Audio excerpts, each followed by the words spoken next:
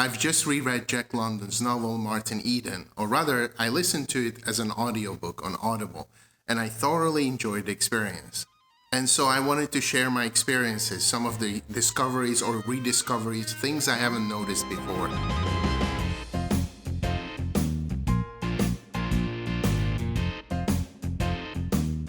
I read Martin Eden as a teenager. My parents in their living room had a copy on their bookshelf. And over the years, I kept looking at this book, and then one day I took it off the shelf and read it. It probably was too heavy for me to read it at that stage, but nevertheless, it left a deep impression on me. And you should know that books by Jack London were insanely popular in Eastern Europe at that time. So we're talking about like the mid-1980s. They seem to have been much more popular than in the UK or America. And he was seen as one of the greatest American novelists, if not the greatest American writer. I assume this enthusiasm towards him was mainly related to his pro-socialist views and partly also to his romantic realism and definitely to his underdog aesthetics. And his books had these themes of survival of the fittest, mobility across social classes, and a kind of like agnostic view of religion. So we basically grew up watching movies made from his novels and had a very skewed understanding of what America looked like. We understood that world from a very distant perspective based on scenes from the Alaskan gold rush and quite often seen from the eye of a dog or a wolf. The novel Martin Eden was published in 1909. It was initially serialized in the Pacific Monthly, and then the following year it appeared as a book separately. And it brought acclaim but also criticism to Jack London. This time, instead of reading it, I listened to it as an audiobook. It was narrated by the actor Edoardo Ballerini, and it was really, really well done. So it was a pleasure to listen to it, and actually every day I was looking forward to listening to another big chunk of it. But very soon after I started listening to it, I realized how little of it I remembered from before. I remembered very specific things. For example, that Martin Eden was somebody from an unprivileged background and he wanted to get higher in society, so he started learning. And then he went on the spree of studying and reading and sleeping very little. So as a result, he became much smarter and much more educated, of course. And the other thing I remembered very vividly is that he committed suicide. And actually, I remember him being on a ship and then he slipped out through the window of his cabin and eventually he started swimming downwards until he ran out of breath, and then it was too late for him to come up. So this kind of very particular way of describing the suicide left an impression on me as a teenager, obviously. So these were the things I remembered, which is not that much, but also I remember the quality of the paper. So this book had a very rough quality to it, and it wasn't a very pleasant paper. And somehow at the time I connected this quality of the paper with the book, and this tactile memory outlived quite a bit of the content that was in the book. Plus, I also remembered that I liked the book very much, and I was fascinated by this idea of kind of studying hard and learning very quickly and advancing forward.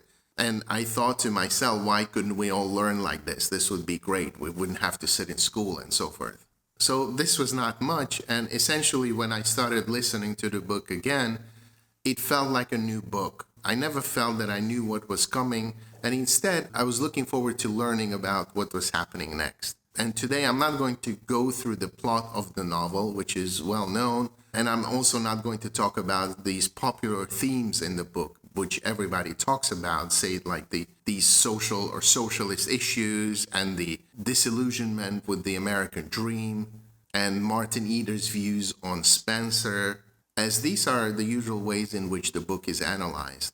And my aim here is not to do a review of the book for a high school essay, but to share my personal impressions about it. One of these is that quite soon after I started listening to the book, I was struck by the similarities with the book Flowers for Algernon, written by Daniel Keyes and published in 1959. And that was a book I would have read sometime after I've read Martin Eden, but at the time I didn't make the connection between the two of them. In both cases, we see this rapid intellectual development of somebody who's coming from an unprivileged background. And then eventually there's this massive downfall, kind of like telling us that rising so high is not really possible, or that you cannot sustain that level for too long.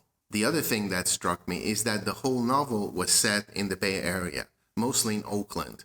Martin Eden lived in Oakland or between Oakland and Berkeley, and Ruth, his fiancée, she was going to the University of Berkeley. And this was very interesting to me because I went to Berkeley and I was very familiar with the surroundings.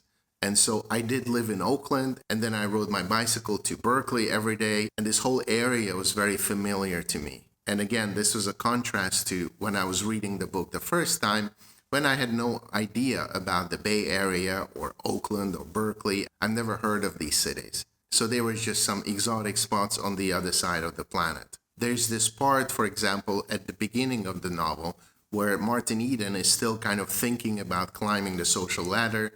And then he catches a Telegraph Avenue car from Oakland to Berkeley, and he sees all these university students, and then he starts comparing himself to them. And this is something very relatable to me because I could imagine very vividly who these university students were. And the other thing I noticed this time was the presence of some sort of religious symbolism that I hadn't noticed before. It was not so much religious, but maybe kind of spiritualist or theosophical. And having looked this up on the internet, I didn't really find anything about it. So maybe this is just my imagination, but nevertheless, I think there are some elements that point in this direction.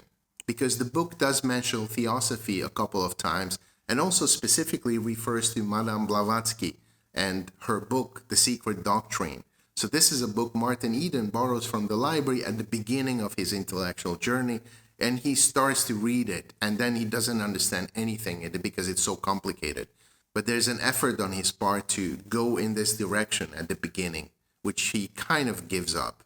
Then in the book, Martin Eden writes a long essay titled Shame of the Sun, which is an attack on the mysticism of the school of Maurice Maeterlinck. And when the essay is published and he receives half a dozen of complimentary copies, he gives one of these to his landlord Maria, mind the name, who puts the copy in the living room atop of the family Bible. And hearing this passage, I couldn't help but feel some sort of intentionality, some sort of message behind these words. Also at the beginning of the novel, when Martin Eden first meets Ruth and starts having feelings for her, he talks about her as an ethereal creature with spiritual blue eyes and golden hair. He thinks that she's a spirit, a divinity, a goddess, and that this kind of sublimated beauty is not of the earth. So the language used here, I felt, was kind of suggestive of this kind of symbolism. And of course, the protagonist's surname is Eden. And I know that Martin Eden was a name of some Swedish guy whose name Jack London appropriated for the novel.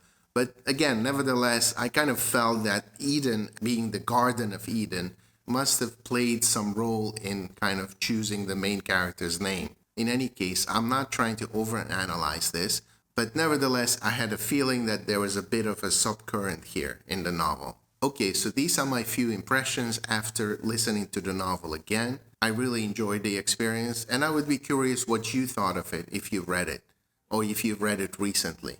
So put your comments in the comment section below. Thank you for watching, and see you next time.